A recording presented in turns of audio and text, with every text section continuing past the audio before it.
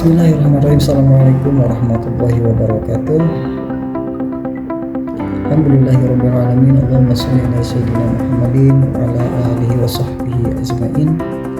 Hai sahabat-sahabat semuanya, perkenalkan saya Ahmad Fitriyadi, mahasiswa Sekolah Tinggi Agama Islam Darut Tauhid atau disebut juga STAI Darut Tauhid. Kali ini saya akan membahas sebuah topik yang mungkin sangat fundamental dalam kehidupan bernegara, yaitu konstitusi, dasar hukum, dan pilar negara. Tentunya mungkin sahabat sering mendengar kata-kata konstitusi mungkin ya. Bisa sahabat tahu mungkin dari televisi, mungkin majalah, atau dari media apapun yang mungkin sahabat mendengar kata konstitusi itu. Namun, apakah sahabat tahu apa sih konstitusi itu? Mari kita bahas. Konstitusi adalah fondasi dari sebuah negara. Konstitusi menurut jurnal konstitusi yang diterbitkan oleh Mahkamah Konstitusi adalah hukum dasar yang mengatur sistem pemerintahan, hubungan antar lembaga negara, serta hak dan kewajiban warga negara. Jadi sederhananya, konstitusi itu seperti manual booknya suatu negara.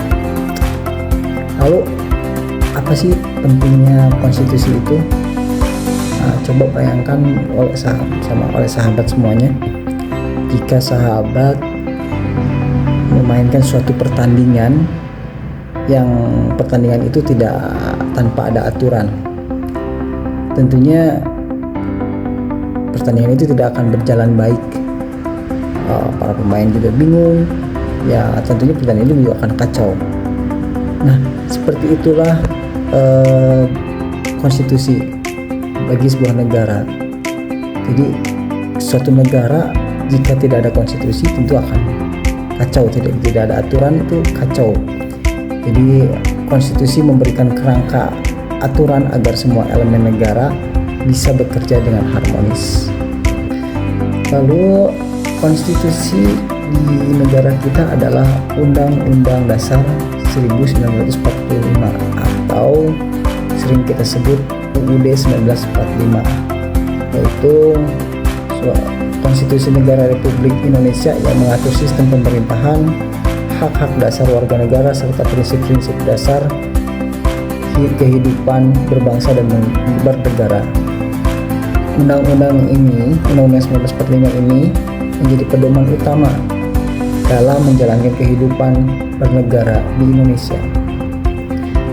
Lalu apa sih yang membuat Undang-Undang 1945 ini begitu istimewa?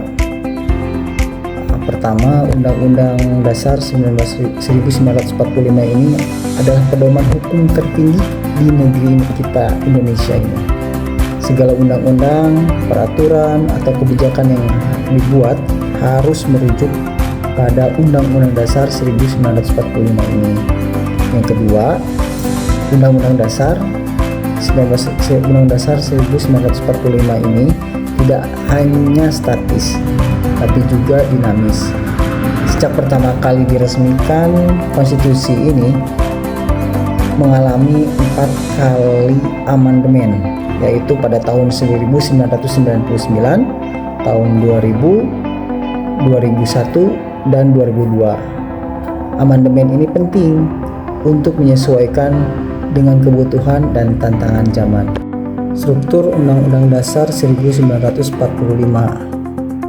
Undang-Undang Dasar 1945 memiliki 3 bagian utama. Yang pertama adalah pembukaan Undang-Undang Dasar 1945. Yang kedua, batang tubuh Undang-Undang 1945.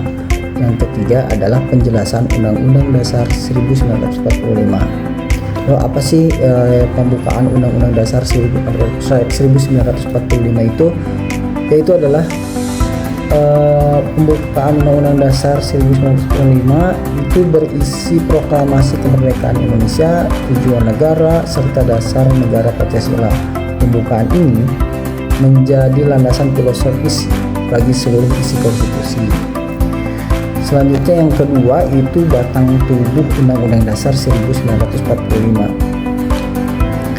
Batang tubuh Undang-Undang Dasar 1945 ini terdiri dari 16 bab dan 37 pasal sebelum amandemen.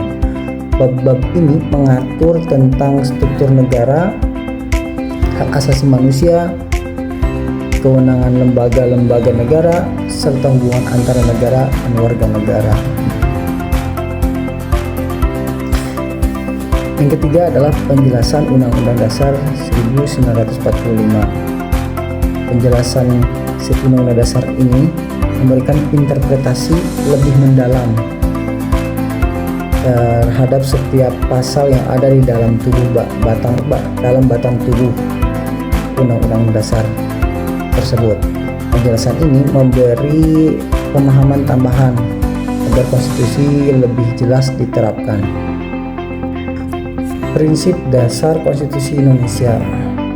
Apa sih prinsip dasar konstitusi di Indonesia? Prinsip dasar di Indonesia adalah nilai-nilai fundamental yang menjadi pedoman dalam penyusunan konstitusi dan pengambilan kebijakan negara. Jadi prinsip-prinsip ini terkandung dalam Undang-Undang 1945 yang disahkan pada tahun 1945 dan terus berkembang melalui amandemen. Konstitusi ini juga bukan hanya mengatur kehidupan politik, tetapi juga hubungan antara negara dan warga negara, serta hak-hak dasar setiap individu. Lalu, mengapa prinsip dasar konstitusi itu penting? Prinsip dasar konstitusi bukan hanya tentang aturan yang kaku. Lebih dari itu, prinsip-prinsip ini menjadi pedoman yang mencerminkan cita-cita bangsa Indonesia. Jadi, dengan memahami prinsip dasar ini, kita bisa lebih menghargai keberagaman, juga menegakkan keadilan dan persatuan Indonesia di tengah kebinekaan kita atau banyaknya perbedaan di negara kita. Jadi prinsip-prinsip ini juga menciptakan dasar bagi negara yang demokratis dan sejahtera. Berikut saya sampaikan, kita bahas beberapa prinsip dasar yang terkandung dalam Undang-Undang Dasar 1945 dan menjadi dasar bagi kehidupan berbangsa dan bernegara di Indonesia. Yang pertama adalah kedaulatan rakyat. Maksudnya kedaulatan berada di tangan rakyat. Artinya rakyatlah yang memiliki kekuasaan tertinggi untuk memilih pemimpin dan menentukan arah negara. Dalam praktiknya, kedaulatan rakyat ini bisa disalurkan tercermin dalam suatu pesta rakyat. Contohnya pesta rakyat yang kayak pemilu. Rakyat bisa menyalurkan aspirasinya melalui pemilu. Pemilu ini mencerminkan kedaulatan rakyat. Juga berarti bahwa setiap kebijakan atau keputusan yang diambil oleh negara harus mencerminkan kehendak rakyat. Jadi negara tidak boleh semena-mena dalam menentukan setiap kebijakan ataupun keputusannya. Semuanya harus berdasarkan mencerminkan kehendak rakyat atau kedaulatan rakyat. Yang kedua adalah prinsip dasar konstitusi di Indonesia adalah yang kedua negara hukum. Nah, negara hukum. Jadi Indonesia adalah negara hukum yang berarti tindak akan semua tindakan negara dan pemerintah harus berlandaskan hukum yang jelas, dan tentunya tidak diskriminatif, tidak pandang bulu gitu. Tidak ada seorang pun yang berada di atas hukum, termasuk presiden, pejabat negara maupun warga negara biasa. Di konsep negara hukum ini memastikan keadilan dan perlindungan hak asasi manusia bagi semua pihak. Tidak ada lagi, kalau negara kita benar-benar memegang teguh prinsip ini maka tidak akan ada lagi hukum yang tajam ke bawah ataupun tumpul ke atas gitu. Kemudian prinsip dasar yang ketiga adalah Pancasila sebagai dasar negara. Pancasila adalah ideologi negara Indonesia yang berfungsi sebagai dasar dalam mengatur kehidupan berbangsa. Seperti kita ketahui, Pancasila ada 5 sila, mencakup nilai-nilai universal yang seperti kemanusiaan yang adil dan beradab, kemudian persatuan Indonesia, serta keadilan sosial, dan seterusnya.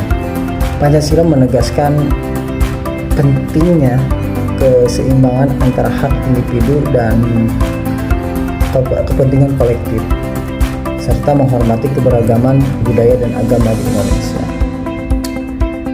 Selanjutnya, yang keempat adalah prinsip dasar ini adalah demokrasi yang berkeadaban.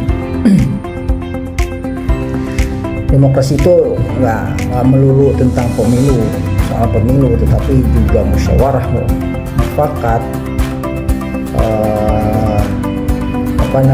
penghormatan terhadap hak dasar hidup, hak dasar setiap warga negara. Jadi demokrasi berkeadaban berarti menjalankan sistem politik yang mengutamakan etika, moralitas, serta rasa tanggung jawab sosial, sehingga demokrasi tidak hanya sekedar formalitas, tetapi mencerminkan prinsip-prinsip keadilan, transparansi, dan partisipasi. Yang kelima itu desentralisasi dan otonomi daerah. Nah, desentralisasi dan otonomi daerah ini menjadi salah satu ciri khas bangsa Indonesia. Yaitu pemberian otonomi kepada daerah. Dengan prinsip desentralisasi, daerah diberi kewenangan untuk mengelola urusan mereka sendiri, urusan daerah mereka sendiri gitu, sesuai dengan kebutuhan daerahnya sendiri, kebutuhan lokal. Jadi hal ini bertujuan agar setiap daerah dapat mengembangkan potensi lokalnya. Jadi karena setiap daerah pastinya memiliki potensi yang berbeda dengan daerah lain, sehingga Indonesia jadi khas memberikan desentralisasi dan otonomi daerah. Selain juga untuk desentralisasi dan otonomi daerah ini, selain untuk mengembangkan potensi daerah tersebut, juga menjawab tantangan yang ada di wilayah mereka tanpa melupakan kesatuan dan persatuan bangsa. Jadi gitu. Ini lebih kepentingan untuk karena setiap daerah pasti memiliki potensi dan tantangan yang berbeda. Sehingga desentralisasi dan otonomi daerah ini dianggap menjawab kebutuhan daerah gitu. Kemudian yang keenam, kesejahteraan sosial. Konstitusi Indonesia menegaskan bahwa negara bertanggung jawab untuk menciptakan kesejahteraan sosial bagi seluruh rakyat. Jadi negara harus hadir dalam memastikan hak-hak dasar rakyat seperti pendidikan, kesehatan, kebutuhan dasar lainnya.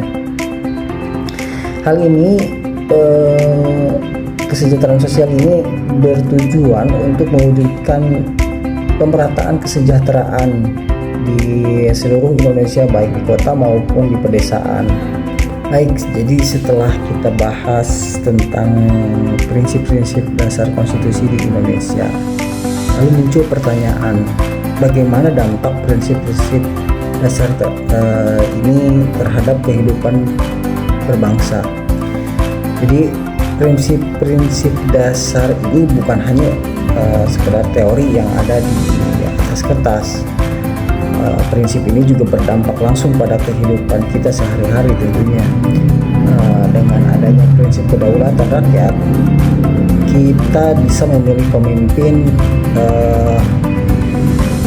melalui pemilu yang bebas dan tentunya adil. Lalu kemudian dengan prinsip negara hukum,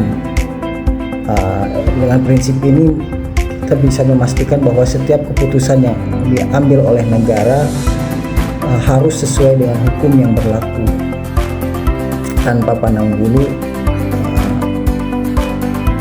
siapapun itu. Sementara itu prinsip Pancasila juga menjaga persatuan dan keharmonisan antar berbagai suku, agama, dan juga golongan yang ada di Indonesia. Demokrasi yang beradaban juga membuat kita lebih menghargai proses musyawarah dalam pengambilan keputusan, bukan hanya mengandalkan keputusan mayoritas saja. Dengan prinsip desentralisasi dan otonomi daerah, kita melihat bagaimana pemerintah daerah memiliki peran penting dalam pembangunan wilayahnya. Kemudian prinsip kesejahteraan sosial tentu saja memastikan bahwa negara hadir untuk memenuhi kebutuhan rakyat, terutama dalam sektor pendidikan dan kesehatan. Tentunya dalam perjalanan hidup berbangsa, kita sering menghadapi tantangan besar seperti ketidakadilan, ketimpangan sosial, dan krisis politik. Namun dengan berlandaskan prinsip dasar konstitusi ini, kita bisa menyelesaikan tantangan-tantangan tersebut. Prinsip kedaulatan rakyat contohnya memberi rakyat kekuatan untuk mengubah kebijakan yang dirasa tidak adil. Dengan apa? Misalnya tadi dengan adakannya pemilu, kita bebas menentukan siapa calon pemimpin yang kita rasa bisa membawa negeri ini lebih baik. Kemudian dengan prinsip negara hukum juga menjaga agar setiap kebijakan yang diambil oleh negara itu sesuai dengan norma hukum yang berlaku. Lalu dengan Pancasila juga kita terus meningkatkan diri, mengingatkan diri untuk hidup dalam harmoni. Meskipun di Indonesia kita ketahui beragam perbedaan, yang banyak sekali di Indonesia perbedaan-perbedaan. Dengan Pancasila kita terus bisa mengingatkan diri untuk hidup harmonis satu sama lain.